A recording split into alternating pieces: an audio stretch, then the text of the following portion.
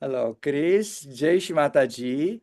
Mataji. Jai Shimataji, and hello, and everybody to all the people who happen to watching us. We thank you for your interest. Looks like our stories, and especially Louis' story, still rising an interest in you. So we promise that after few good episodes about amazing stories told by Luis from his first years. Finally, we will touch the subject we meet for. So our main reason is to talk about his books, and one of the most important, interesting books was about William Blake. Not only one book, there are few others. So I will remind you that Louis and Carol, his wife, are writing a series of books. This is book one. So they put on the back the number about how many books are about William Blake. And there are about five, if I'm not wrong, so far. There's a few more. Yes. So I will ask Luis now. Please tell us about how the project started. We don't touch that subject yet. We just very briefly talk about that, but I believe that's a story behind, so must be told because actually Shimataji tell you that it's Shimataji's project. You are the instrument of Shimataji, and you write all these books. So please, Luis. Thank you. Thank you very much for inviting again, Daniel. It's a great honor for me to be given this chance to share a few things that Mother said. So where to start? On many occasions, Mataji, I think I already said this. I may repeat myself because I can't remember what I said before or not because we have done these interviews over a month almost. So I can't remember anymore what I said before. So maybe a little summary. Shri Mataji asked me to write about Saj Yoga many times, and I did a few transcriptions of Shri Mataji with her. She helped with that. And but she asked me to do my own writing, not just her transcriptions of her talks, And she used to tell me to write about Saj Yoga. But then one day I used to say I don't know what to write. And then one day Shmataji at last told me to write about William Blake. But even before that, you can see on record, for instance, if you listen to the talk of Mother's talk in Sheffield, the Sheffield seminar, Mother opened the floor for questions and answers, and I asked a question about the transcripts of Mother, what to do. And Shimataji again said in reply to my question that we should write books about William Blake in the light of Sahaj Yoga, a bit like what Dan Kostian had already done when he wrote a book about the Bible Enlightened, the Bible in the light of Saj Yoga, or what Yogi Majan had done, because he wrote also a book in the light about the Bhagavad Gita in the light of Saj Yoga. Jamel had written also a book about Quran and light, and so that series of books was being uh, organized by Mother. Mother was requesting people to do those things. So my turn came, and Mother actually, in the end, instead of telling me to write generally about Saj Yoga, she told me to write about William Blake. So that was the last time I spoke to Mother on this subject of writing. It took me a long time before I was able to write. A few more things happened had to happen first, and then at last it started. I think I may have said this before, so this is just a kind of summary.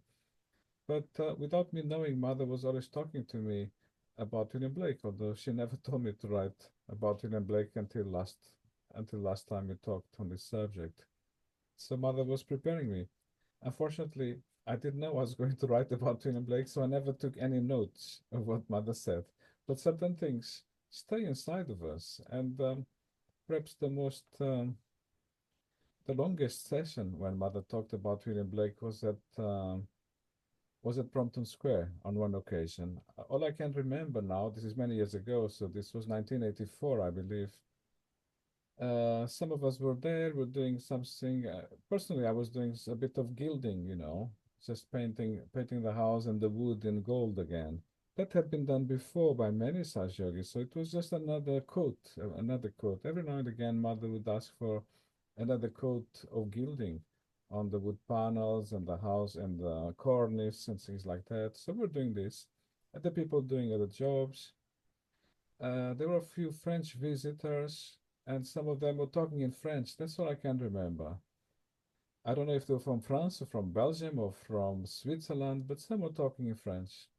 And then at one time, the message came that we can stop work now. Let's stop what we are doing. Come to the sitting room because Mother is going to address us all. Mother wants to talk to all of us at the same time.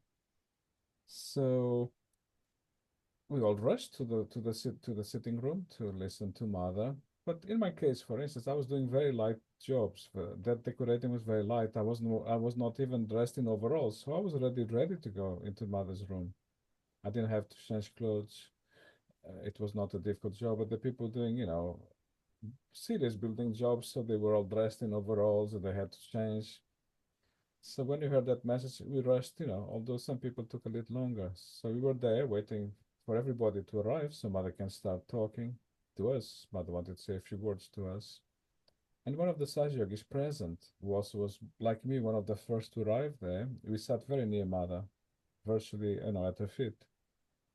And this French yogi noticed on mother's coffee table there was a book about William Blake. So he said, "Ah, this is a book about William Blake, mother.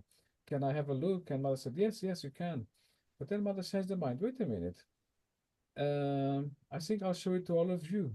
So instead of you seeing it, I'll show it to you and to everybody at the same time. And let us wait until everybody's ready. So some people still taking time. They had to change, or wash a little bit before coming to mother's room. So we were waiting. While we were waiting, mother started studying the book. She was started looking at the paintings. This was a book about paintings of William Blake, not the writings, but the paintings. And mother kept saying, wow, wow, wow, amazing, extraordinary. She was, and the face was changing. Every page she turned of the book, every new painting, mother was going into the book, so to say, putting the face very, very close, and then coming back, and she was doing these sounds of joy and bliss, and all the time saying, "Wow, wow, wow, extraordinary, incredible." So we were waiting for when this starts. This is going to be extraordinary.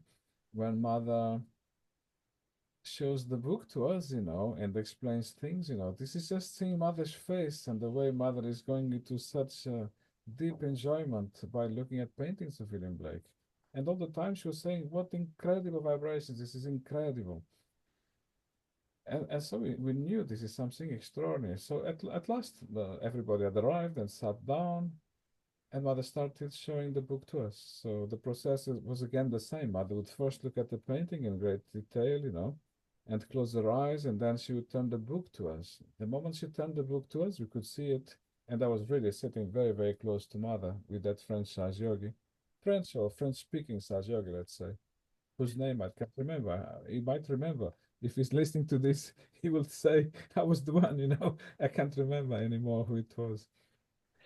And so mother started showing the paintings one by one. The most extraordinary thing is that in that book, yes, I mean, every time mother showed us the book, we would feel an incredible experience of cool vibrations coming to us.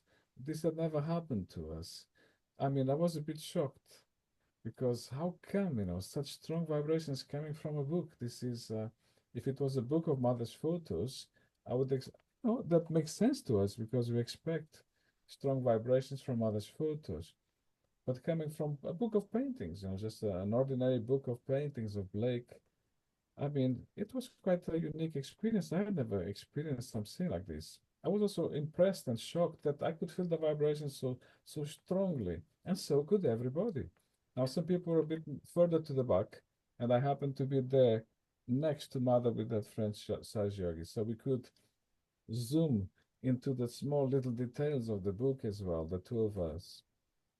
And then Mother started showing the details about William Blake's paintings. The conclusion, I mean, if I had to say the story in 1 minute, I think all there is to say is that Mother is telling us to enjoy the vibrations from the paintings of William Blake because it's very, very deep, very special. And these paintings have incredible vibrations. So this would be like a mini summary. But apart from that, Mother was able to prove that all the paintings of William Blake in that book, one by one, they were all about Sahaj Yoga. And for Mother to prove that to us, and we are not experts on William Blake, Mother did it very simple for us because she picked up those Sahaj motifs in the paintings that are very easy to identify with Sahaj Yoga. Because sometimes William Blake puts the shape of Kundalinis in his paintings. Oh, so this is immediately obvious to all of us. Yes, we can see that Kundalini is there for sure, or that big spiral shape is there. At the times, Blake in his paintings, he put the structure of the three channels, you see. So Mother would show that to us. At the times, you could see people putting the hands like we do in Sahaj, feeling the vibrations, you know. So, okay, that is also about Sahaj Yoga. At the times, and Blake does that quite a lot. Blake shows people with the hand above the Sahasrara.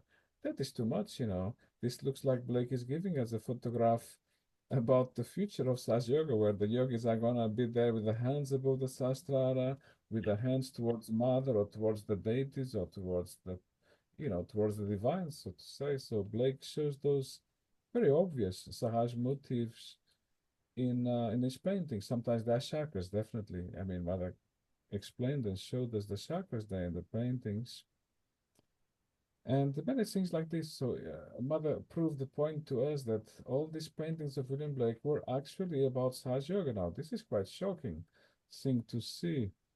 I mean, if you ask me to go through the paintings of William Blake in a book in a row, all of them, I would have difficulty to prove to people that they are all about Saj Yoga. But Mother had no difficulty doing this.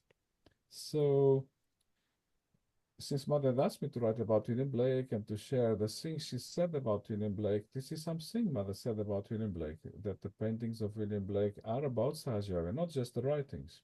She said it to us on that occasion, to all of us who were there present.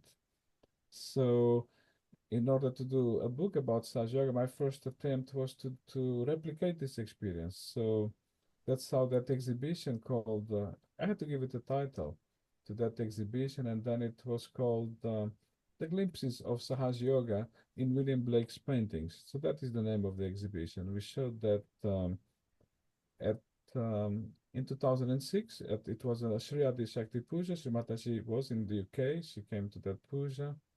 So that's when we did that exhibition, the glimpses of Sahaj Yoga in the paintings of William Blake. We repeated this exhibition recently in 2002 or 2003 maybe, at the National Center in the UK, because that was also an international puja that took place in the UK recently. So again, that exhibition was shown to all the Saj yogis worldwide. It was very well received. As far as I 2000 know, in 2020 two or 2003, sorry, 2022, 23. Yes. 2023. You are so good with the dates. I like that. So that's when we had the international seminar in the UK. And we did that same exhibition that had already been shown at the Push with Mother in person in 2006, Yeah. And it was well received by the Saj Yogis worldwide, so that is very good feedback for me to get that feedback. But let me show you my difficulty. I think I had about 300 panels in that exhibition, so 300 paintings of William Blake, more or less. Not quite exactly, but more or less 300. But I had to pick and choose. I could not just go through a book and use each and every painting like Mother did as they appear. So I had to pick and choose the ones that I can or manage to talk about or explain, or where I can see an obvious Sahaj motif in that painting. But for Mother didn't have that choice. Mother went through each and every page of that book. I'm very ashamed to say I don't know the name of that book Mother had in her hand. I don't remember, you know. And of course, I also don't remember exactly what Mother said about each and every painting. So this is a bit shameful for me to have to admit. I didn't take notes. It was hard to take notes. I think Mother wanted us mostly to enjoy the vibrations. But I can tell you one thing is that by the end of the book, we were able to tell Mother what were the Sahaj motifs, you know, as if we were a class that's doing well. You know, we could see them ourselves. So Mother is a great teacher, and we got the point. We could see them also, the Sahaj motifs in Blake's paintings, and we're telling Mother, oh, yes, yes, I can see this, I can see that. Except there were so many things in each painting about Sahaj Yoga. So that's what that exhibition is about. It does not exist as a book as such, partly because there are so many paintings of Blake, and it's hard to license so many paintings for copyright reasons. But as an exhibition, we don't have those problems. We're not monetizing, we're not selling it. So we have that on our website for free. It's available. People can download that exhibition. That exhibition has now been translated into Romanian, went around Romania in 3 different towns. I'm sure you know about that. It's been translated to French also, and it's about to go on show in France, some of it, not the whole 300 panels, but part of it. And so that's one of the first projects we did about Blake and Saj Yoga, inspired on something Mother said. But Mother said so many other things. I Go. like I like to make a small amendment here. You are not talking now about this, but you talked before about that, and I know, and I want to remind the people who watching us that your interest about William Blake precedes Sahaja Yoga. One of the reasons you start learning English is because your interest in William Blake, which was before Sahaja Yoga. So for you, the relation with William Blake was much older and much deeper. In a way, was for you easiest than other people to have a closer relation with William Blake because you already have it. So my uh, understanding is, or one of the reasons Shimataji chose you probably was that because she know that you are already interested in William Blake. So that's I want to to talk about a little bit. That's true. That is a fact. I mean, I was very, very interested in William Blake before Saj Yoga. I felt helped by William Blake. It improved my level of seeking coming across his paintings and even a little bit of his writings, whatever little I could understand. That was important to me, very important before Sahaj. In fact, I was astonished to see that in Saj Yoga, people had paintings of William Blake in their rooms, you know, from the Tate Gallery, you could buy those posters. So it was quite surprising to see that William Blake was part of Saj Yoga. It was a big shock for me. It felt what a tremendous club this is. They even have William Blake in it. So, and William Blake is part of this group, so to say. I was very new, so I understood Saj Yoga as a kind of a club. I didn't understand what a monumental thing is that is Yeah. inside of us. You know, it's eternal. It's all I could see was this. I thought it was a small club initially because there were so few Saj yogis in Portugal. But Mata wanted us to understand the international dimension of Sahaj. Yes. Anyway, And the universal dimension. Yeah. universal side, you know. She told me I had to. She told me, in fact, you have to come to London to meet me and to see the real Saj Yoga because the real Saj Yoga is not just like in Portugal. Portugal, you only had 4 Saj Yogis in total, you know. So that, but even then, even with 4, it was something divine already. It was divine. There were miracles happening there Yeah. between us. Never mind. Saj Yoga is a miraculous thing, really, no doubt about this. Another thing Mother said during that session, of with the book in her hand, she was showing us the book and giving us that experience of vibrations, so that even if we don't know anything about Sage Yoga, if we don't know anything about William Blake, we can feel a strong experience of vibrations coming from those paintings. That's something very important. Mother demonstrated to us, so we got that collective experience there about Blake. But another thing Mother said is that in art in general, in the West, the most important subject used to be the Virgin Mary and the baby Jesus. This was the main subject of painting in the past. Nowadays, it's very different, but society was very different. And the Mother likes that very much, that ancient painters gave so much importance to the Virgin Mary and the baby Jesus. She likes those paintings. She mentioned that many times. And here in England, she told us to go and see the paintings of the Virgin Mary by Leonardo da Vinci, which are available. You can go and see them at the National Museum. And it's for free. You can go there and see them. They have two big paintings of the Virgin Mary by Leonardo da Vinci. They're extraordinary. So Mother went to see them. She liked them.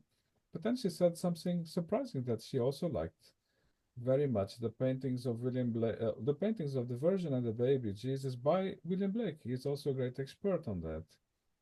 So that somehow raised the interest in me. When Mother explained how much she liked the paintings of Christ by William Blake, I, I, I started to research that. I started looking for those. In those days, there were not so many books available of William Blake like there are nowadays. And all the paintings of Blake are easy to find online nowadays, but it was not the same at that time. But gradually, I was able to find virtually all the paintings of Christ by William Blake. And I was astonished to see Blake virtually painted the whole life of Christ. So we could put together a little book, which is, an exhibition, let's say.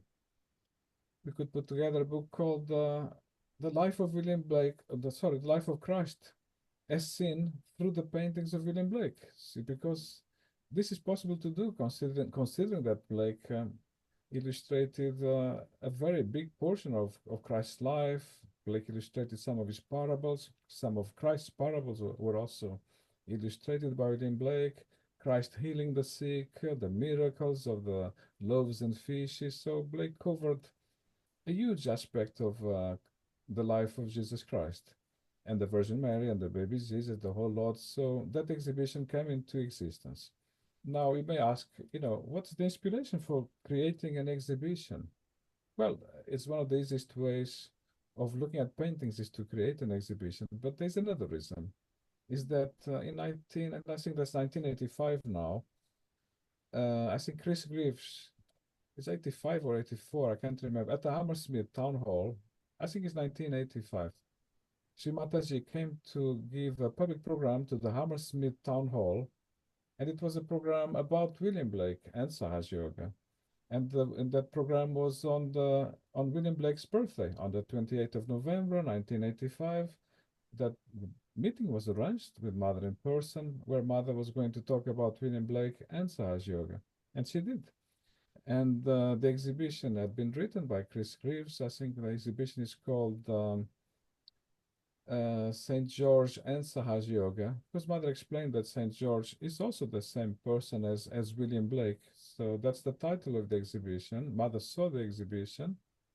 Uh, just a little bit, if you want to develop just briefly who's Chris Greaves, because people doesn't know. Just a little bit. Oh, with pleasure. Chris Greaves is a good friend, a very good friend of everybody. Everybody knows Chris Greaves. He's been around since the beginning of Sahaj Yoga, him and his wife. And Mother also told him to write about art and Saj Yoga and culture. He's a great scholar, very great scholar and teacher. Yeah, And he has written many, many wonderful books about Saj Yoga, yeah. uh, which were, Mother told him to write. Mother also told him what to write. So he has a lot to say about Saj Yoga and William Blake also. Chris Greaves is another expert. He's the real expert in William Blake, and there are other experts in England. I'm not the top expert on William Blake, by the way, at all.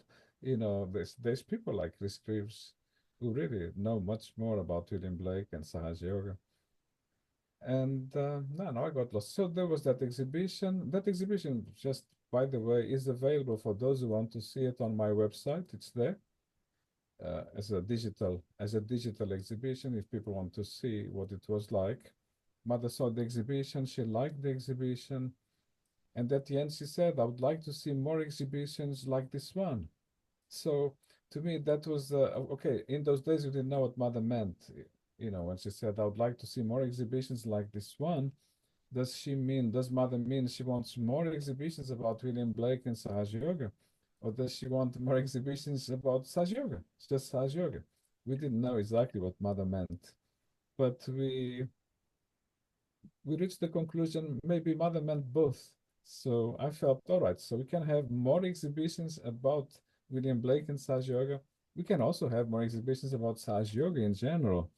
And in fact, I think the first people to do an exhibition immediately after that were the Romanian Sahaj Yogis. They did the one about the miraculous photographs of Sri Mataji.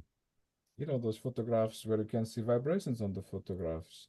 And Mother said in one of her talks that these miracles that appear on the photographs are produced by Lord Shiva. I said, oh, how interesting. Because Blake and Lord Shiva, there's a strong relationship there. And just like we see so many signs of Saj Yoga in the paintings of William Blake, and Blake as a great relation with Lord Shiva and Lord Bhairava, but it is But that's happened in 1992. So the Romanian exhibition. 122. So after the Blake exhibition, then came that exhibition about Saj Yoga and the divine vibrations in Mother's photographs. Mother liked that exhibition also very much, and she asked to have that exhibition shown, part of it, at the Royal Albert Hall programs. So in one of the Royal Albert Halls, Mother requested, let us have a look at those vibrations coming from my photographs. There were some people said, "Oh my God, that's such a bad idea." They didn't know Mother suggested it. When the idea came, "Oh, we're going to have that exhibition at the Albert Hall," lots of people said, "I'm not sure it's a good idea. It may be difficult for the new people to understand." But then we understood, oh, wait a minute. This is a suggestion by Sri Mataji. All right, then it must work. I'm sure it works. And it worked because I think Mada's Gregoire to give a little explanation about those photos of Mother, the miraculous photographs. He didn't know he was going to do that on the spot. On the day that he arrived, he was about to talk a little bit, and Mother, that's when they told him, by the way, Mother wants you to explain those miraculous photographs. So he was able to do it. And I think new people understood it. So we sometimes we have this doubt that the new people may not understand this or they may not understand that. With a little explanation, new people are excellent at understanding things.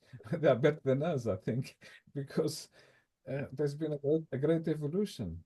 I think the seekers nowadays, they're very open to everything. We have to assume they are capable of understanding everything faster than it took us. It took us longer. Mother had to work so hard on us to understand the basics. Yeah. I think the new people, they reach the point very fast. So this is the idea behind the exhibition. So we have this exhibition also prepared. It's available on our website. It's been translated already into a few languages, and that one is called "The Life of Christ Through the Paintings of William Blake."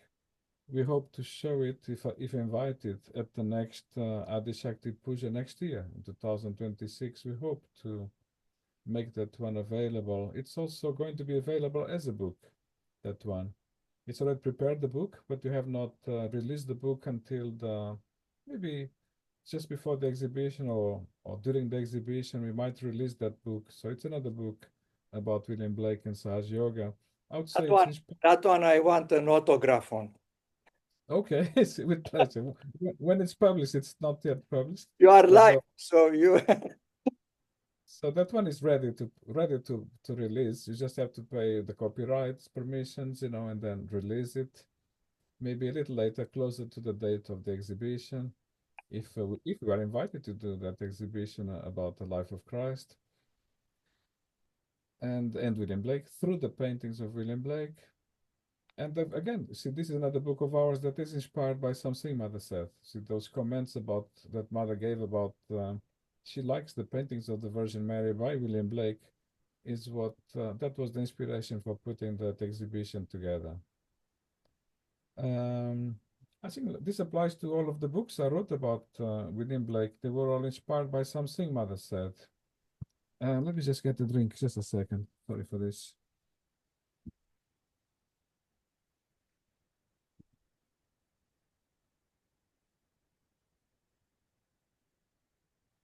Sorry for that. No worries. This other book we wrote about the Virgil illustrations. William Blake did some Virgil illustrations. That one was also inspired by something Mother said at the museum. I think I would like to say just a few words about that book and what Mother said. Yep. So, because we were living at Shelsham Road, we got an invitation. The word came around. Mother is going to the Tate Gallery to see the paintings of William Blake. Again, Mother had already seen them before, but she was going again. There was another exhibition. It had just opened. I think that was 1984, if my memory is right. That year, Mother went, and we were living at Shelsham Road. So the telephone message came. You see, rather late, in fact, saying Mother's going to be at the exhibition. I think it was around at around midday or half past midday. We got the message very late, so we rushed there to be at the exhibition with Mother. We were able to arrive just before Mother, luckily. So we were there with Mother. There was maybe maybe seven such yogis in total were able to come with Mother. So it was short notice that announcement. For instance, my wife couldn't come because we had the baby, and it takes so long to bring the baby and the bottles and dress the baby and all that. She couldn't come. So that was part of the. That's a small detail that my wife couldn't come because then we were able to do an experiment with that. The fact she didn't come when Mother came, it created like a little experiment. When Mother was there, we, the Saj Yogis, we were able to feel the vibrations from each and every painting of William Blake. Now, this is during in an exhibition in a museum, very, very busy with the crowd of people there. And what Mother did, Mother read the curator's notes for each and every painting. I found that very surprising that Mother bothered to read the curator notes very carefully, and then she looked at the painting, and then she put the hands like we do in Sahaj towards the painting to check the vibrations. And then she would tell us, "Can you feel the vibrations from this painting? This is extraordinary. Can you feel it?" And wow, we could. And this is in the middle of a very busy place with so many people around. And the vibration was so strong, we could all feel it. I mean, I told myself if I come here again next week, I'm sure I can't feel anything. It's impossible because this is not the usual thing. But all right, Mother, I had a Russian explanation. Mother has looked at the painting. Mother vibrated the painting again. Although these paintings are vibrations, Mother is vibrating it again by looking at it, turning the hands towards the painting, looking at it carefully. And then we also did the same and we checked and yes, but will I be able to feel the same a week later? See, because I promised my wife that I would bring her back together. Both of us would go there together a week later so that she could see it also. That day it was not possible for her to come. So we did that. We went there a week later, still very busy the place, and we turned the hands toward each and every painting. And what strong vibrations we were able to feel from each and every painting, like we did with Mother in person a week earlier, you see. So that to me was another great experience. So Mother has really proved the point to me now that these paintings of William Blake have very, very special vibrations, which is a bit shocking. I'm not an expert on feeling vibrations. Don't ask me to go there tomorrow and feel strong vibrations from every painting. I may not be able to feel from all of them. But on that occasion with Mother, and still a week later, the same. I had the feeling that the people, the crowd, is gonna erase the vibrations, the negativity of people or the catches or whatever. But a week later, it was the same. It was incredible. So those paintings are special, really. So, but there was another thing happened there, which I found very impressive. Very impressive. Is that suddenly we came across some miniature engravings of William Blake, and they were about I don't know, maybe 7 centimeters long, by 3 centimeters. They're very small little engravings, and they were at the bottom of a glass cabinet, so it's even harder to see those. But mother bowed down and put the face right against the top of the glass cabinet in order to see what's there at the bottom of the cabinet, which was the William Blake's Virgil illustrations. From that distance, I can't understand anything. I mean, it's impossible to understand what is the subject matter of these engravings, even because Blake is Oh, you have the book there. Thank you. Let's have a look at the cover of the book. It's very tiny. I don't see it, Daniel. I see. Because I'm seeing myself rather than the book on this view. On Zoom, all I can see is myself. Yes. People may be able to see it better than I. So this book is partly in honor of the fact that Shrimataji liked those Virgil illustrations so much. For mother, they were really, really special, something very interesting. I could not understand the thing just by looking at them because they are so tiny. In the book, we did enlargements so we can see them a bit better. So now they're very big now in our book, but in real life, they were very small because Blake was creating them for children. So these illustrations, Blake created them for children. And that's why they're so tiny in a little book for children. It was a book about Latin, so where children can learn Latin. So the illustrations are very tiny. But once we get hold of the poem that Blake is illustrating, sorry. So Blake is illustrating a poem by the Roman poet Virgil, that poem had been translated into English by a great English poet also. A great English poet made the translation into very nice English, and Blake was doing the illustration of that. And when you look at the poem together with the paintings, it becomes very obvious that those illustrations are actually about Sahaj Yoga. There's a Sahaj subject there of interest for Sahaj yogis also.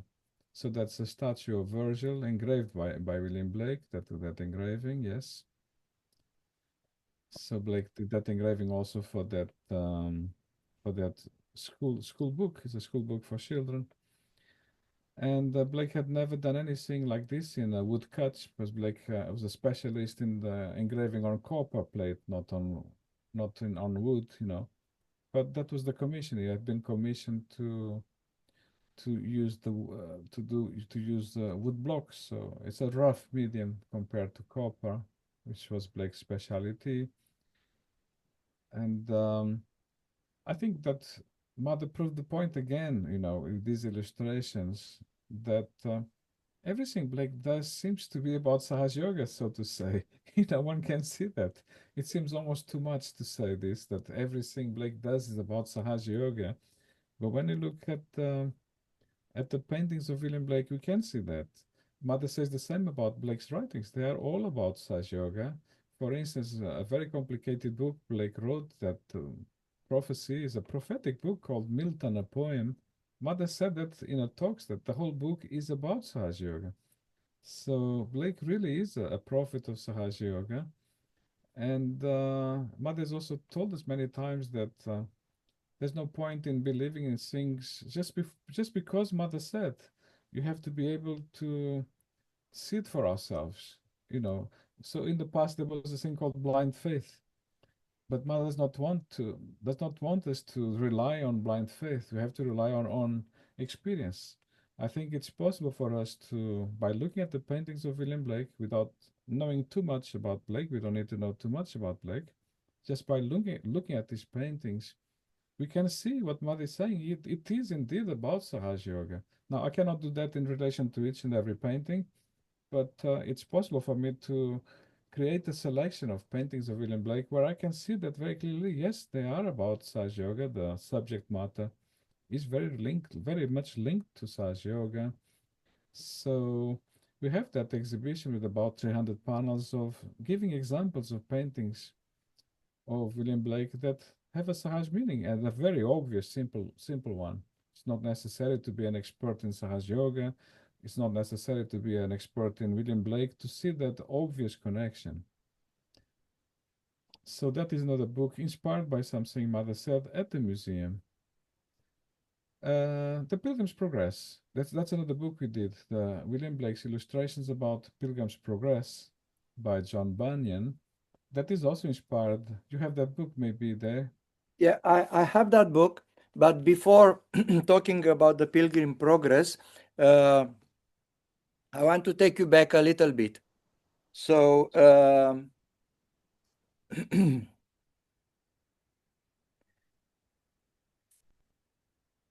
Oh, that one. Okay, let's look at that one. That's the question, most important. that's the first one I read it. I don't dare to make a classification and to say that's the most important one. Each of your books and your subject are important in its way. Um, but the reason I want to talk about that one is because it's the first one, if I'm not wrong. Absolutely.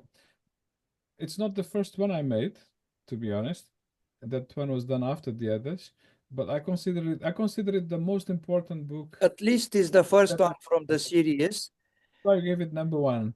We consider it the Uh, most I want one. I want to take you back a little bit of talking about this book, about how the book was born, because you start talking about Shimataji telling you to write about William Blake, showing you the books. From then we jump to the exposition, but we want to come back a little bit on that book, and after that we talk A about little bit. other books. But that's one, probably because I read it first, stay with me in the light of the prophecies about Sri Mataji's ashrams or Sri Mataji's places in London. So I knew about that long before the book was rated by you, but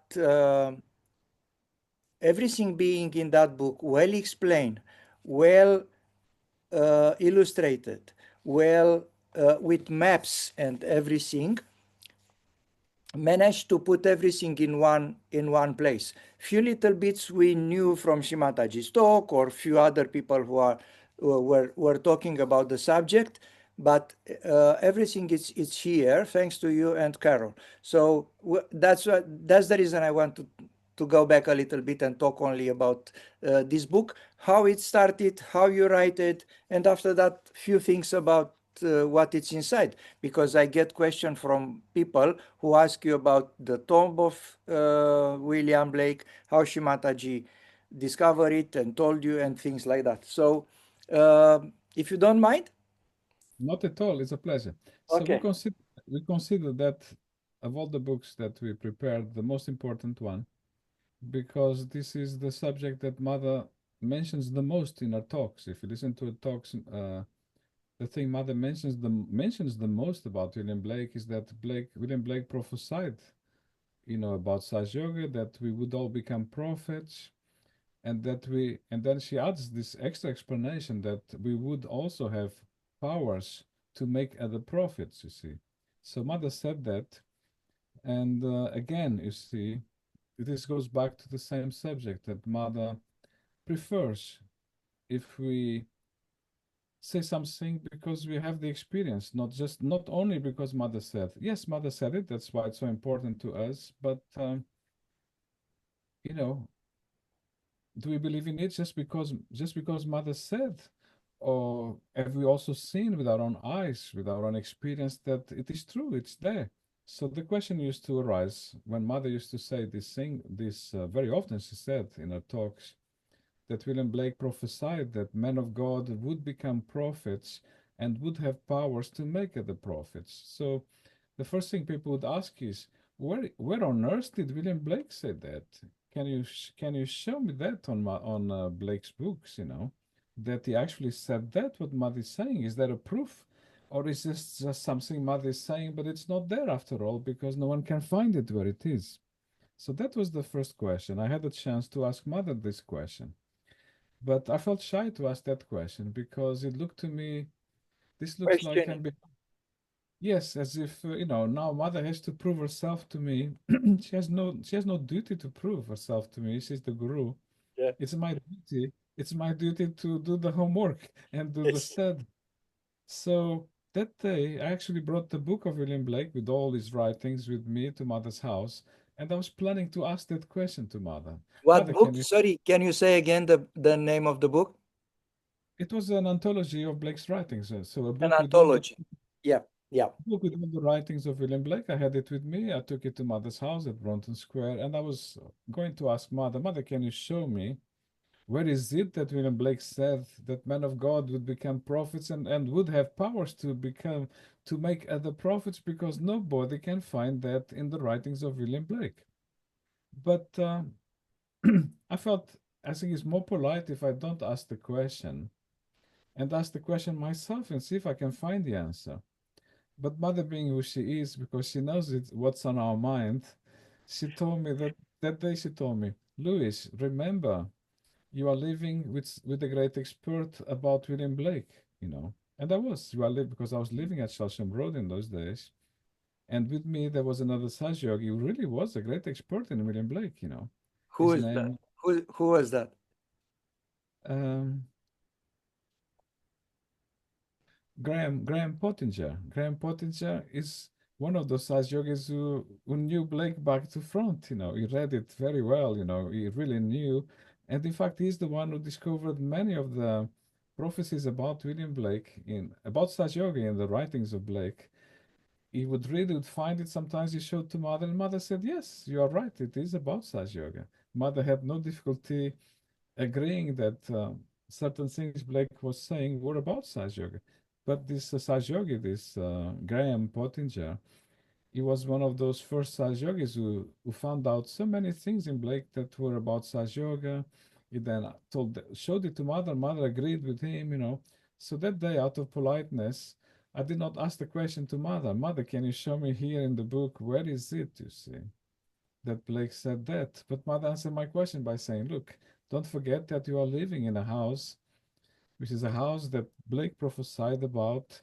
And there's also another great expert there about Saj Yoga and William Blake, meaning grandmother's referring to Graham, of course. So I knew mother was telling, why don't you ask Graham? That's the way I understood it. So I asked Graham, I got the book.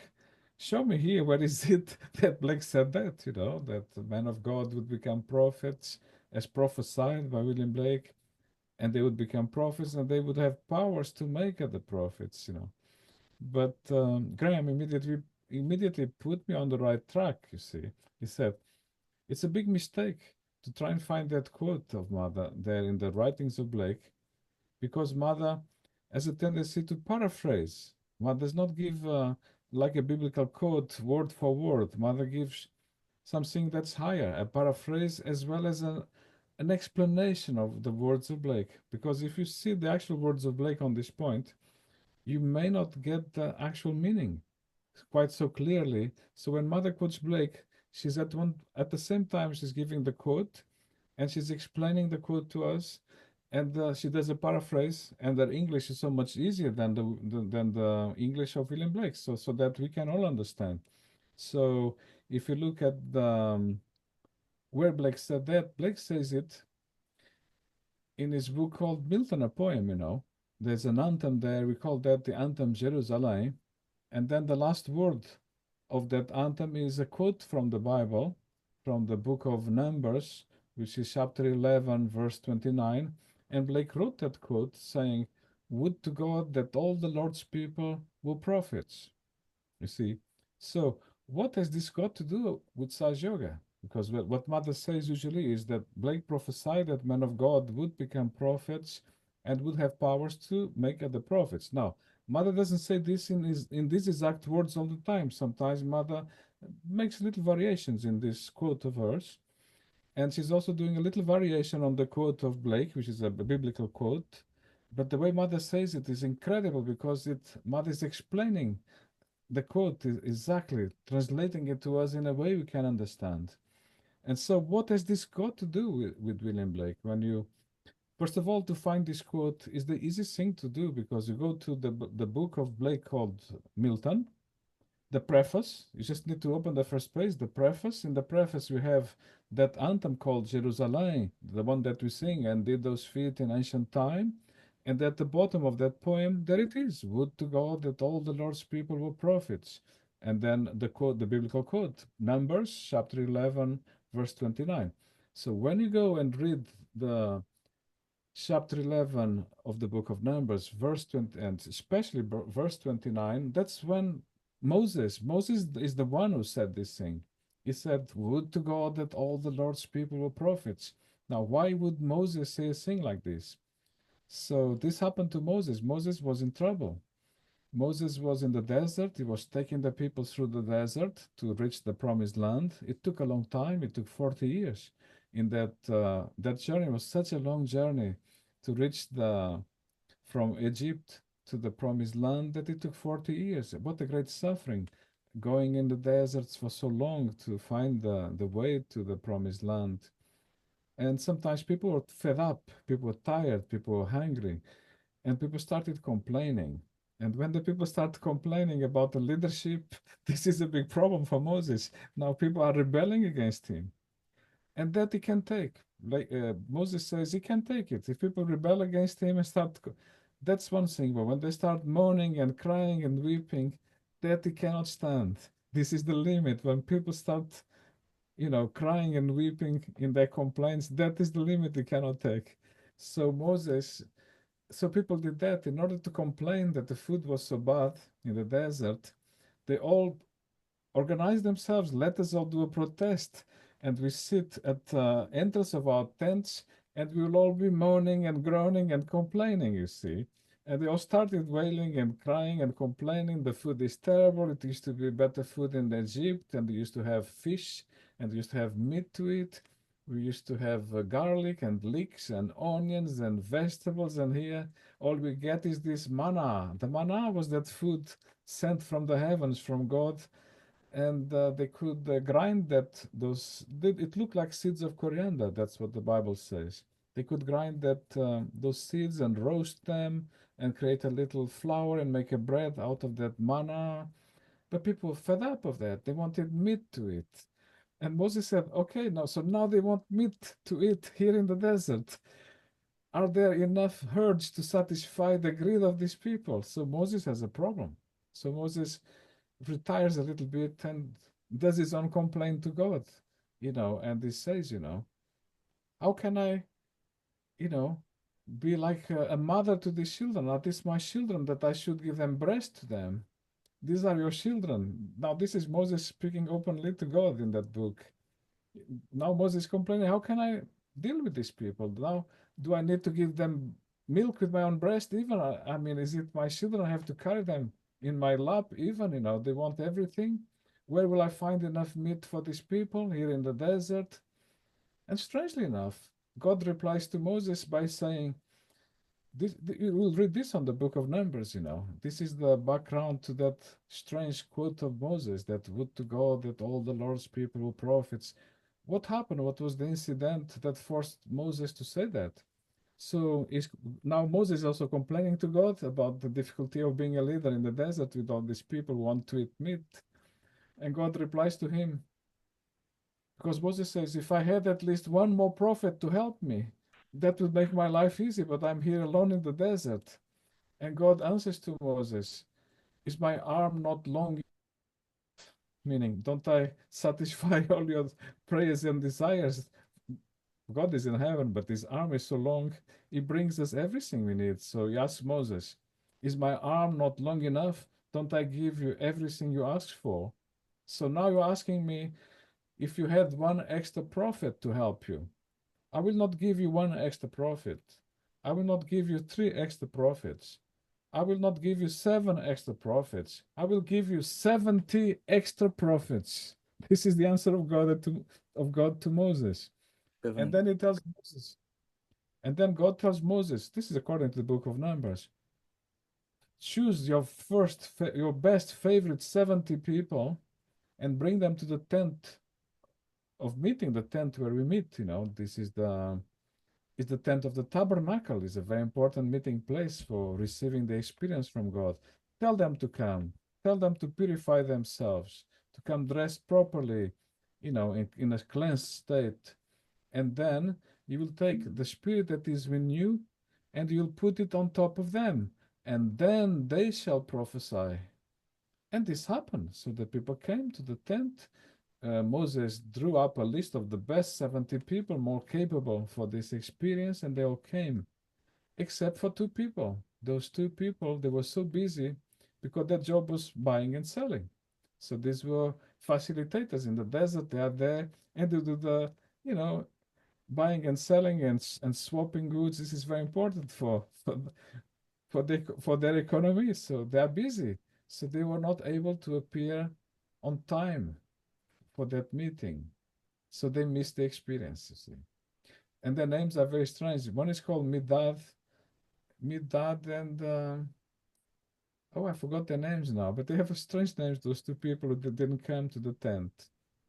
So And Moses, instead of 70 were only 68. 68, let's say those two. Well, depends how we interpret this. You see, I think it's 70 if you see the context. Those two people did not turn up. The problem is that they too they started to prophesy, although they didn't turn up. And this is why Joshua is a great prophet. In those days, he was a disciple of Moses. He was a great warrior also. He was a man of great courage.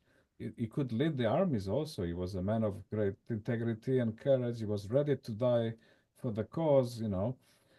And this was an important disciple of Moses who succeeded. He became the next prophet after Moses passed away. So he's a very important man, but he was a young man still, and he goes to Moses. Moses, my Lord, stop them. Those two people, they didn't turn up, and now they've started to prophesy like the others. This is not allowed. You must stop them, my Lord. And Moses replies to Joshua, what happened to you? Jealous on my are you jealous of them on my behalf?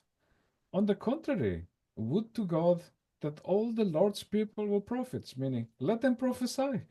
They were chosen after all. So, although they didn't turn up, if they started to prophesy, so be it. So, that's when Moses said to Joshua, would to God that all the Lord's people were prophets.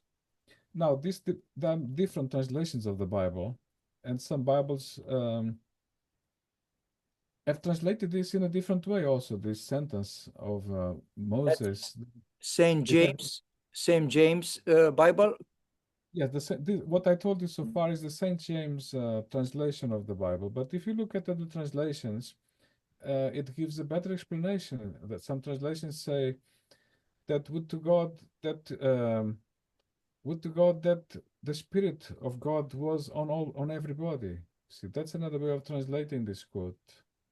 Because remember that Moses was ordered to take the spirit that was on him and to put it upon the others. So another possible translation is, would to God that all the spirit of God was on everybody. So this is a kind of idea of en masse self-realization. So what Moses was doing on that day, he was giving en masse self-realization to 70 people. But really, God would like this to go to everybody. Everybody So should become a prophet. was And Sahaja Yoga avant la lettre before. yes, so this really is about Saj Yoga. This quote of Moses, a quote which William Blake also used, and this quote is so important that Blake used it immediately after this poem that he called Jerusalem in England, because in that poem or in that anthem, Blake is saying, "Let us build Jerusalem in England." Yes. But how does one build Jerusalem in England? What is the method? The method is, as he's saying to us, is by putting the Spirit of God on everybody, is by giving universal self-realization to everybody. So this is how we understand, according to Mother's explanation, what Blake meant, what Moses meant. So Mother, in one sentence, she explains the whole essence of William Blake and Sahaja Yoga. Also, she explains very well to us the Book of Numbers, the essence of it, which is about an experience of collective self-realization. And according to Blake, this is the way to build the New Jerusalem in England, is by putting that Spirit of God on everybody, by giving universal self-realization to everybody. So that So, one was the all those conclusion come after your discussion with your fellow Sahaja Yogi called. well, I asked the question to Mother in my heart. Yes, I didn't have the courage to yes, ask it to Mother in case it looks like, Mother, can you prove it to me now here on the book? It seems rude. I didn't want to be rude. But Mother answered my question by saying, look, you are living in the place that is important for William Blake. Blake prophesied about that place, the ashram of Sachem Road. There's a great expert there about Saj Yoga and William Blake. So telling me, go and ask him. So I asked him, and this instruction was very interesting. He told me, Louis, don't look for a quote word for word yeah. because you will not find it. Even Mother changes the words a little bit from talk to talk. You are going on the right direction. And You know, his name was it's Graham Pottinger. Graham. Have to Graham we have to Pottinger. mention it because Oh, yes. Very after important. after talking with him, I dare to say for you was a little bit more clear this this subject. Yes, then it became clear. You see, you cannot look at the quote word for word. Try and understand the quote according to Mother's explanation, or even according to other translations of the Bible, will make it very clear. Yep. It's also important to read the context of the book of Numbers. Why is it that Moses said that? Yep. Moses had Yep. only just given realization to 70 people. And Joshua was complaining, those two, they don't deserve. They didn't turn up. They were buying and selling things. They didn't turn up. They don't deserve. Yep. Stop them, please. And So Moses said the contrary. So, why this book is important is because it deals with one question that many people have. You see, where is it in William Blake that we can find that quote that Mother talks so much, that Blake prophesied that men of God would become prophets? so You know, you make clear that uh, that topic. So that's to why make it good. Yes. exactly. So that's why it's important that book, and another important topic of that book and another prophecy of William Blake. It's about the places where Sri Mataji live in London and where the ashrams of London was located. So that's another topic.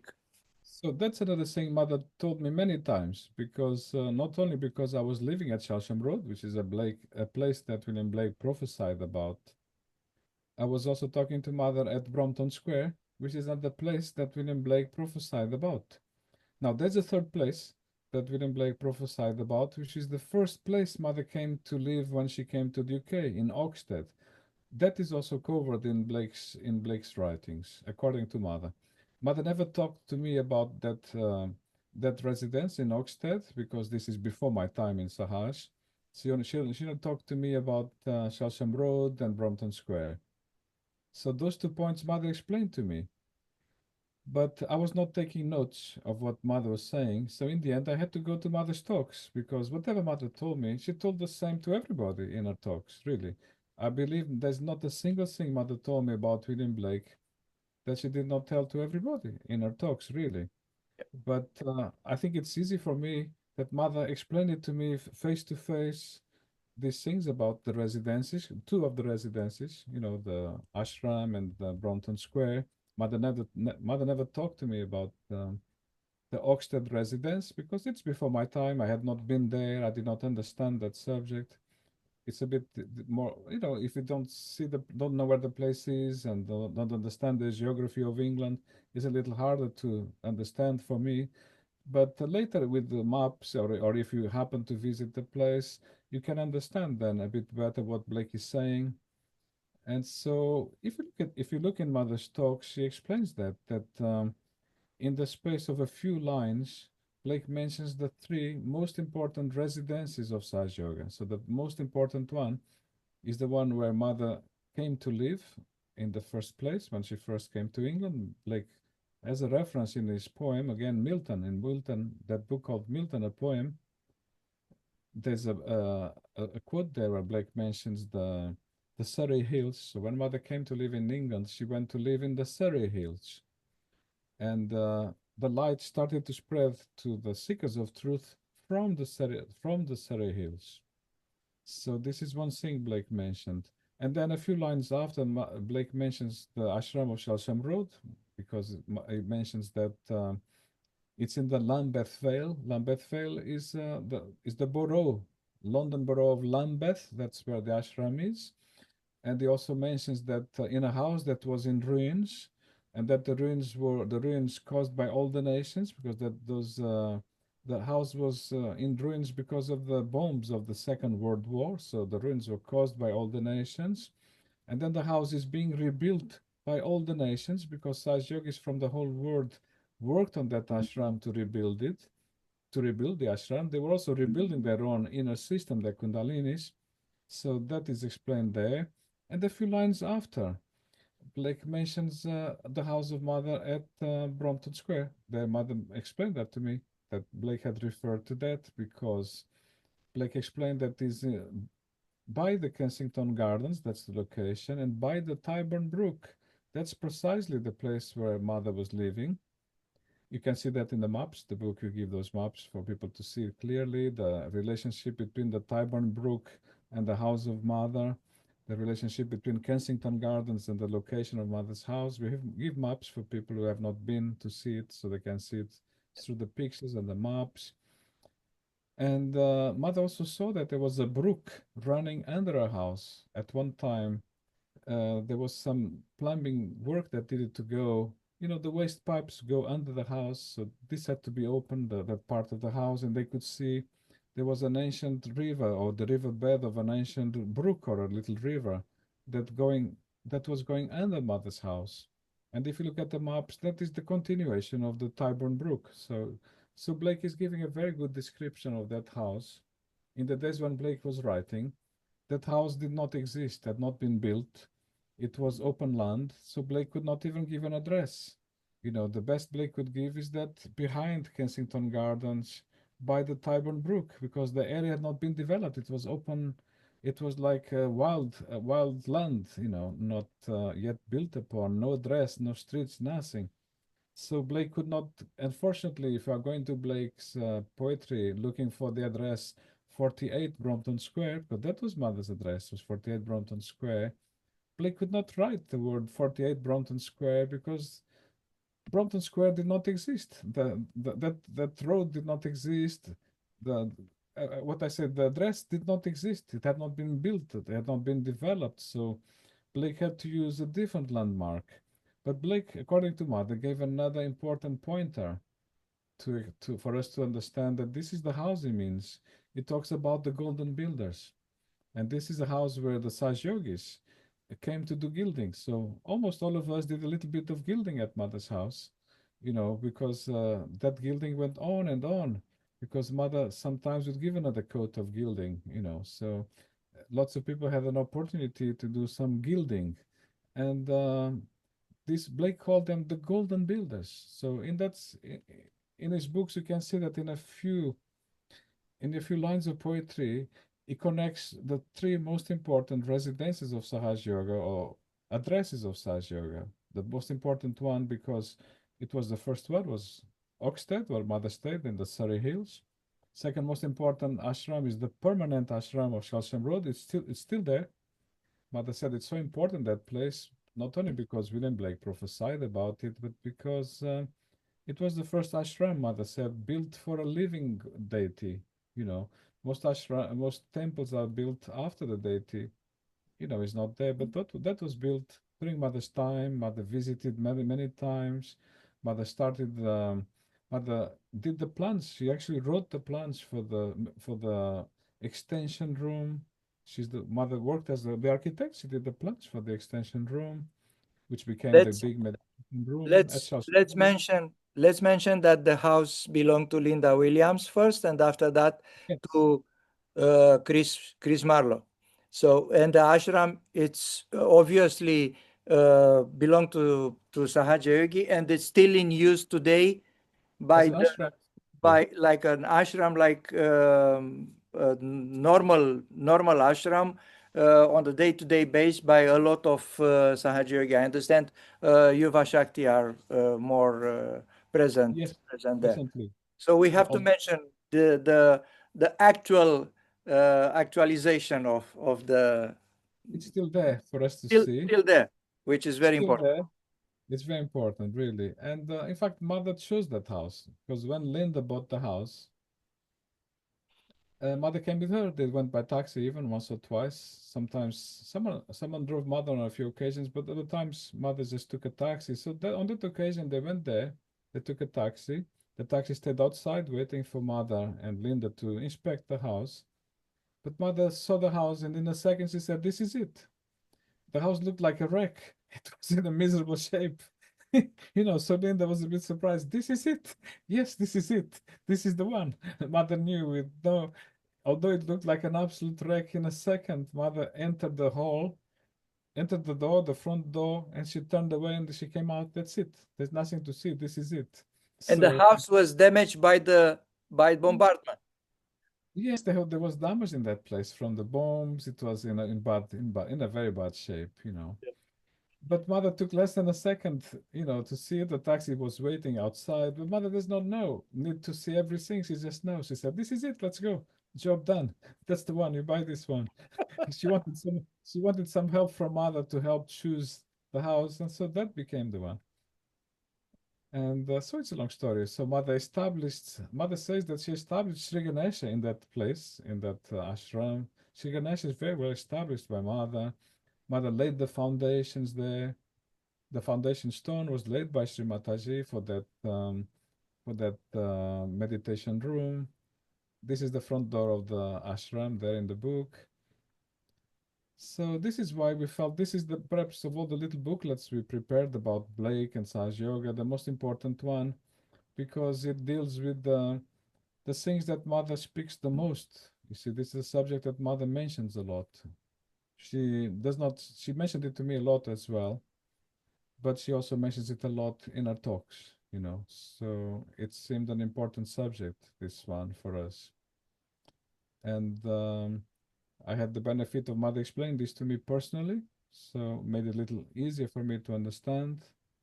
But because I did not take notes, I had to use the quotes of Mother in her talks. So it's all based on what Mother wrote, what's written on the transcripts of Mother's talks. It's not based on my personal memory. It's based on the actual talks of Mother. So how you start writing the book? When you start writing the book? Uh, After I did those exhibitions, I did those first, and then I did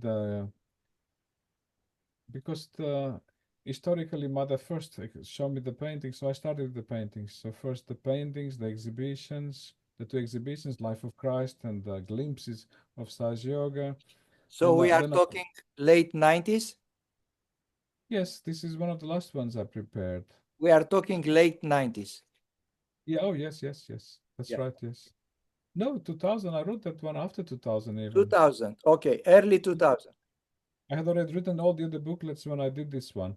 So Yeah. this one is the one, maybe it took me a bit longer because I had to find maps and photos and things like that. Yeah. So it took a little longer to find all those references in the maps and things. So I started with the paintings. That's so even I think we were going to say just a word or two about what Mother said about the Pilgrim's Progress in Yes, please. America. Yep. So in America, so the Pilgrim's Progress was a hard thing to see, the paintings of William Blake about the Pilgrim's Progress, because they used to be in the vaults of a museum in America, and they were never on show. Usually they were in a vault, not on show. But when Mother came to America that year, to New York, because they were in a New York museum called the Frick Museum. That museum, I think, has been closed now, but in those days it was called the Frick Museum. He had the paintings of William Blake about The Pilgrim's Progress by John Bunyan. And they were very hard to see or to, but Mother arrived there and they were on show when Mother arrived in New York. So Mother went to see them. And when Mother saw them, they said they are about Saj Yoga, you know. And also the book of John Bunyan, Pilgrim's Progress, is a prophecy about Saj Yoga, which Blake illustrated so well. And it shows you what a seeker, a true seeker of truth looks like, you know. So Mother recommended everybody in America, the public. Mother's talking to the public. These are public programs, not Saj Yogis. She's recommending that the people go and see the paintings of William Blake in America at the Frick Museum. And she's telling people that these paintings are actually about Saj Yoga, and it is a prophecy about Saj Yoga, and how well Blake shows, you know, a seeker of truth and what he's seeking through those paintings. So it took me a little time to be able to see those paintings of William Blake because all we could do is to find reproductions. It was hard to find reproductions back in those days. And then at long last, we found the illustrations of that Blake had made, you know. And so we were able to see at last what Madhu is saying. That is true what Madhu is saying. It's very clear that it is about Saj Yoga. So the book is dedicated to that subject for us to be able to see clearly that it is a prophecy about Saj Yoga. Again, like so many things about Blake, there are prophecies about Saj Yoga. It's not my idea, it's an original idea of Sri Mataji, of what she said in America to all the seekers of truth. She recommended that they look at Pilgrim's Progress illustrations. So that book was to make it available, easily available for Saj Yogis or seekers of truth, and we try to give best as we can a little explanation to make it a little easier for people who have not read the whole book of John Bunyan. So we give a little summary to make it easier for people to see the point that it is actually about Sahaja Yoga, as Mother said. So that's the reason for that book. Another book we prepared was Uh, a little. just before you go to another book, I have to um, um, make a little amend. I was one of the beneficiary of that extra explanation you give because, with my shame, I have to admit that I didn't know about John Bunyan before. So not only that William Blake illustrate the the book, so I have double joy watching the illustration, but knowing about the writing of John Bunyan, which I have no idea before. And John Bunyan lived probably 100 years before William William. Blake. Uh, According to what I read it, he was a prophet by itself, was a fantastic life as well. And I don't know about his other writings, but this one, The Pilgrim Progress, it's also a fantastic book. Who make me reading about the book, make me buy the book after that, buy the John Bunyan book. I have not read it yet. I know what is about from William Blake illustration. So I want to mention that I was one of the, and I hope very much that people who are listen to us will be also getting into this subject, because in the end, one of the purposes of our discussion is to make points about little things or big things for people to go in those direction if they feel like. Sorry for my interruption. Very useful, very useful, very useful what you are saying. Thank you for that. Also, I need a break because if I speak too much, it's nice when you talk, gives me a break. So we the book we did, which is called William Blake's Illustrations of America, a Prophecy. So this is another little experiment of ours, which is inspired by something Mother said. So this one is America, a Prophecy. That's a book of William Blake. And we are making a little experiment, which is to let us look at the poem, let us look at the paintings, and let us see if it is indeed to do with Sahaj Yoga. Let us see, because Shimataji made this statement that the whole of Milton was about Sahaj Yoga. And she also said that all the paintings of Blake are about Sahaj Yoga. So, in a sense, the whole of William Blake is about Sahaj Yoga. So, let us see, are we able to see that with our own eyes? In the case of this prophecy of Blake about America prophecy, can we see that clearly also? Are we able to do that, or do we believe in it only because Mother said it? Can we experience that? So people might say, but this is a slightly harder book to understand because Blake's poetry is not easy, you know. Sometimes it's a bit mystic and difficult to understand. So that's a challenge. Let us see. Can we It's a understand bit the words? esoteric sometimes. Yeah. Yes, so let's try. Can we understand the words of William Blake? Can we understand the meaning of the poem? Can we see the way it is related to Saj Yoga or not? It's an experiment. I think it is easy to do. We can do it. Everyone can do it. And I hope with the help of the book is a little faster, maybe for you, for any person who has not yet read that book of Blake, America, A Prophecy. I think with a few explanations, and with the paintings there, all the paintings, it becomes very easy to see that it is true. That what Blake writes, he writes as a prophet of Sahaj Yoga. I believe it became a successful experiment, and so I felt like sharing it with others, you know. So that's why that book came into existence. And I think we covered most of them. After that, after doing those books, we did another one recently, which has it's published also, which is called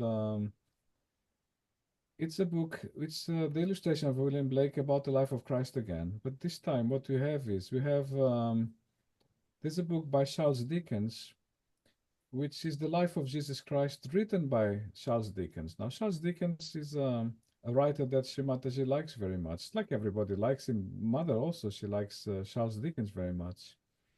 And he wrote a book about the life of Jesus Christ for his children. So you don't have that book yet, you know, but it's published, it's available. It's a different book. What are you showing us is I don't have yeah, a it's poem. a film illustration of the life of Jesus Christ. Um, Yes, I'm talking of a different one now, which is Charles Dickens' book yeah, about the life of Jesus Christ, and we made a for children. volume for children, and we did that, but with illustrations by William Blake, because it's easy to find enough illustrations of William Blake to illustrate that book by Charles Dickens. So Charles Dickens, he knew the Bible really well, and people say that he virtually knew the Gospel of Saint Luke by heart. This was his favorite gospel. Everybody's favorite. Everybody likes the Gospel of Saint Luke. Is Maybe everybody maybe John as well. I mean, John? Yes, it's hard to choose, but Saint Luke is very special, and John, the Gospel of John, is so special. Yes, they're all special, but you know, so Charles Dickens knew virtually that Gospel by heart. This is not something easy to do, and he used to read the life of Christ from memory, because he knew the Gospel by heart, to his children at bedtime. You see, he's such a storyteller. He could tell them any story, but basically he used to teach them the Bible, the story of Christ. And then there was a time in his life where he had to do touring abroad. He was invited to the United States, you know, to do a tour about his books. And so he felt, and who is going to read the life of Christ to my children while I am away? So he felt I better write the book so anyone can read. So the older children, or the wife, maybe I don't know if the wife or someone in the house can read to the children at bedtime. So Charles Dickens decided to put it down in writing the life of Christ. Same time he was writing the book called David Copperfield. So this is one of the most important books that Charles Dickens wrote. But at the same time he was also writing what he called the life of our Lord. He called it the life of our Lord, only for his children, not for publication, because he knew that the church would be upset with him. He is a writer of novels He's not a proper theologian. They are going to complain. What is this man doing now, writing about the life of Christ? He's not an expert. So he's only writing for his own children. He left the instructions that that book should never ever be published in his, and it was not. Only about 100 years after the death of Charles Dickens, that book was published at last. And because it was published after Charles Dickens was dead, that book was not corrected, you see, because Charles Dickens writes very, very long paragraphs. Each paragraph sometimes is almost like half a page. That's a single paragraph. That's the way Charles Dickens writes, because such creativity, it all comes down in one single paragraph, or a whole page just comes out like this. And Dickens used to pay some newspaper writers, because they are the experts at writing in small columns, in small sentences. Then they would edit these books into small sentences. So that book, Dickens died without publishing it because he gave instructions it must not be published, because not to upset the church, of course, and the theologians.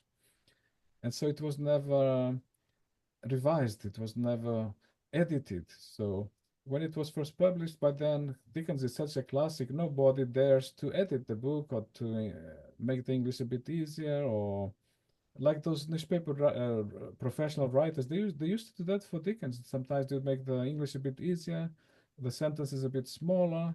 They would edit Dickens a little bit at his request, because many of Dickens' books was first published in newspapers, so they had to be turned into small sentences that fit a bit better in newspaper columns.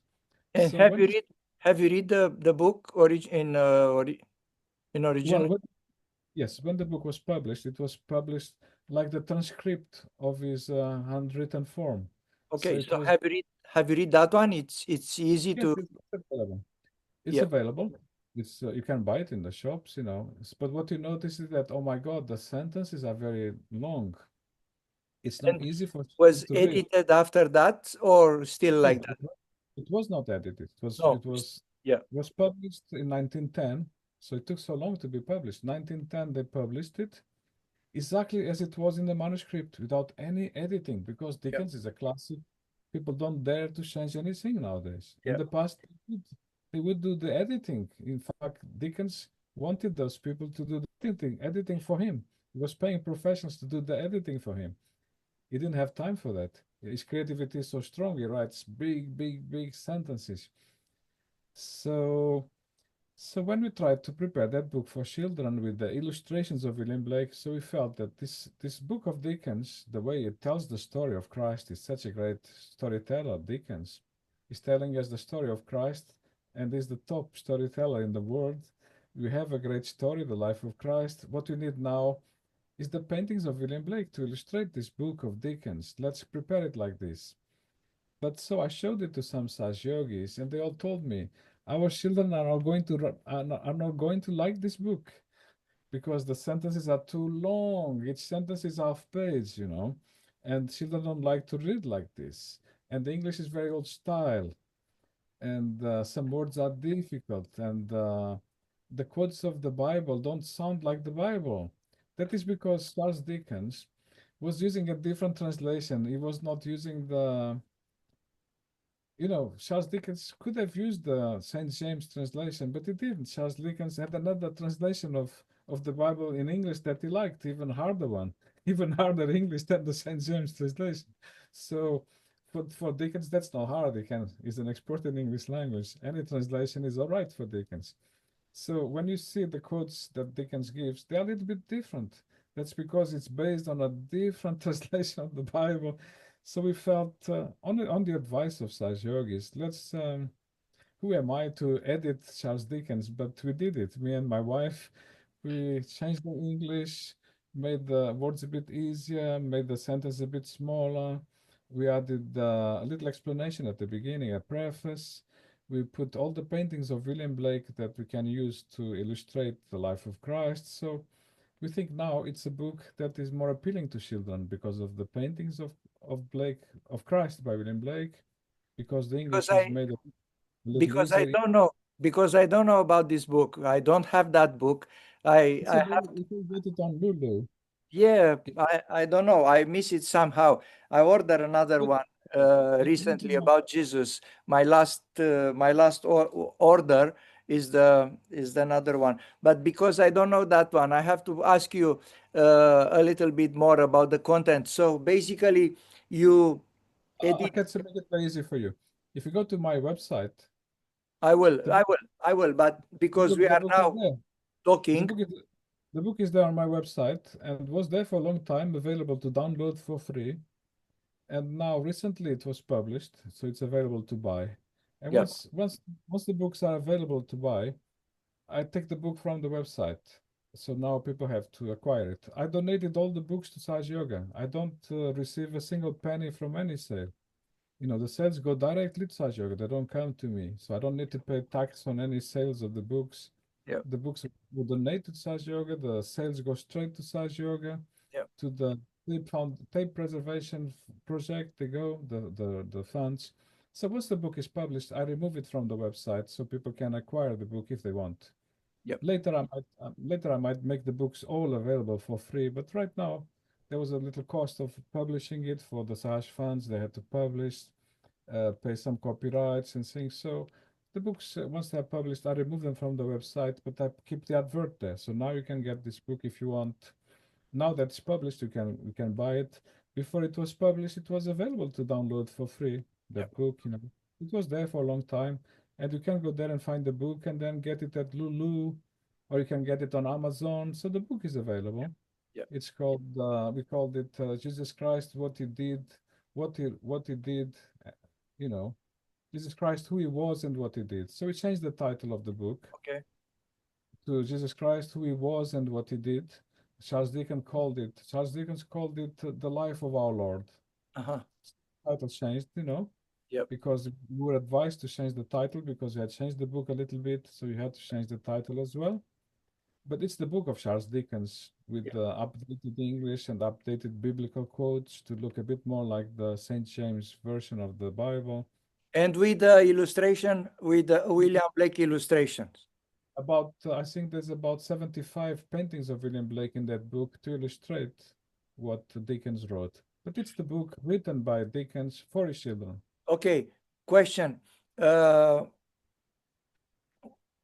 William Blake illustrate the original publishing, or by the time of William Blake he published his illustration because the book wasn't published. Okay, according Yes, the book, according to the will of Dickens, the book wasn't published. So William Blake just make the paintings and publish only the paintings, or the paintings are, only the paintings. it's a very good question. You see, William Blake, during his life, he did lots of paintings of Christ. There's many reasons for that. One of them is that his main patron, which was Thomas Butts, he kept asking for more paintings of Christ to him. So this was the main patron Blake had, who was also always commissioning more paintings from William Blake. And he used to ask for biblical paintings. Why? Because Thomas Butts, his wife, had two schools, you see. So Thomas Butts was married to a lady who owned two schools for children, you see. And in that school, the children loved the paintings of Christ by William Blake. So most of the paintings that Blake made for Thomas Butts did not keep those paintings in his house. Otherwise, it's too many. He wouldn't have room for so many paintings of Christ. They went to those schools because the children loved those paintings so much. So William Blake knew that the children, they love these paintings of Christ that he makes. And so they went to those schools of the wife of Thomas Butts, and so we felt these paintings that Blake made for children, they're ideal paintings to illustrate the story of Christ as told by Charles Dickens. Now, Charles Dickens was born after William Blake was dead. Charles Dickens came after William Blake. But the paintings of Christ were already there. The Blake created the paintings in advance for children because he knew that the children liked these paintings of Christ so much, you see. So Wow. the Wow. So we felt this is a good companion for the story of Christ by Charles Dickens, who is one of the greatest storytellers of our times. So we And have So we have William Blake who make the painting before uh, Charles Dickens was born even, you know. before obviously if we do the chronology obviously, so we have William Blake who do the painting before, we have Charles Dickens who write the book, after that decided to use the illustration for that book, and after that we have Lewis and Carol Garrido who put them together. Yes, and updated the English a little bit at the Yes, request of the Sergio Guinness told me, my children don't like this English. They will not read it, so make the English easy. We modern, try to I simplify mean, English, yeah, more modern. Some words are uh, made more modern today use, English, today English, yeah. a little bit. But you know, I'm not an expert. Who am I to edit Dickens? You know, but we tried our best to simplify the English a little bit and the length of the sentences, make the sentences a bit smaller for children. And we think the children will like it because of the paintings of William Blake also, and because it's such a wonderful story, the life of Christ. And Charles Dickens is such a great expert in Christ. I mean, he knew the Gospel of St. Luke virtually by heart. This is a very hard thing to do, Yeah. you know. And he was writing such a difficult book, at the same time, one of his great books, but he's also writing the life of our Lord at the same time as writing David Copperfield. So it's an Uh, important thing. there are few more books we can talk about, but my suggestion is to leave a little bit of surprise for the next time, because there are Yes. there are so that's Oh, yes, the that one, next yes. one which is on my list, but I'm sure there are others you want to talk about, so I don't want to interrupt in the middle of the book, the story. So my suggestion is to stop now, and obviously to thank you for everything you've done and everything you explained to us. I left the conversation with you um, much richer than before. I know sounds like a catchphrase, but that's the truth. I don't know how to put it better in English. Maybe in Romanian I can find better words, but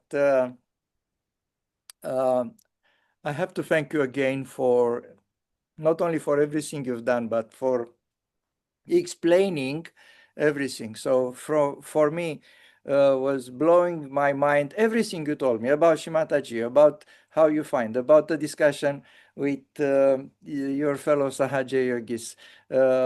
Even remind me about the numbers, the books.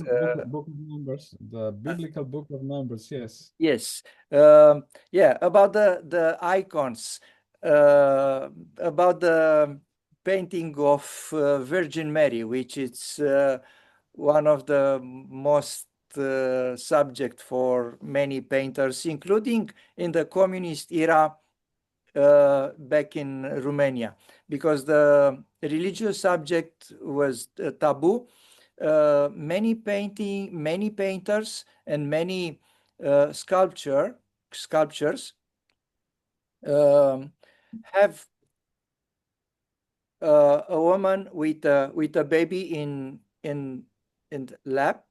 Yes, yes. Obviously, was uh, That's the icon of the was version, yes. Virgin Mary. Symbolic, They yes, call it maternity. yes. You know. Eternal, it's an eternal subject for art, yes, Yes. always. Yeah. It's the So mother, goddess, it's the goddess, is the divine mother. Is exactly. So even in the communist era, it was happened like that. So the story with Moses also was fantastic. I remember that. I have to read Bible again. Looks like I have to read Bible again now. I read it once before Sahaja Yoga, one after Sahaja Yoga, but I have to read it now again. With the promise that we will meet. We already arranged a meeting, Friday, if I Friday. remember well. So in few days we will meet again. Anya, are you still recording? Yes. Maybe you could stop recording now. Okay.